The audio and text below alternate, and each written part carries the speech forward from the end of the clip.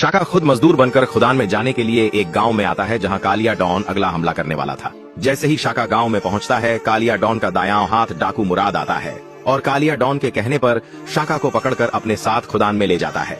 जैसे ही शाका खुदान में पहुंचता है, वह वहां के लोगों की हालत देखकर हैरान रह जाता है। सब ऐसे लग रहे थे जैसे दिन रात लगातार काम कर रहे हों और कई दिनों से सोए न हों। शाका इन सब में जोजो को ढूंढता है, लेकिन उसे जोजो कहीं दिखाई नहीं देता, जिस पर शाका सोचता है कि कहीं जोजो के साथ कुछ गलत तो नहीं हो गया। दिन भर शाका खुदान में काम करता है ताकि डाकू मुराद को शक न हो।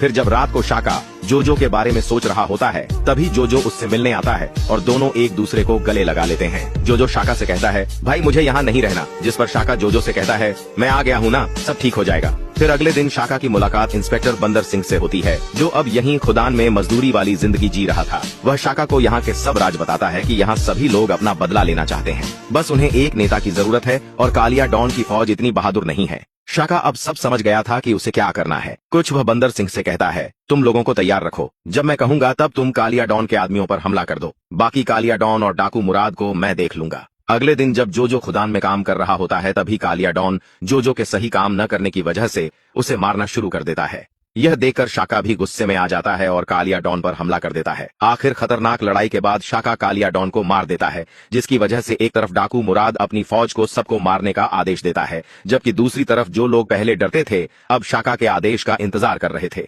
हमला करने के लिए तो आगे क्या होता है, देखिए अगले भाग में।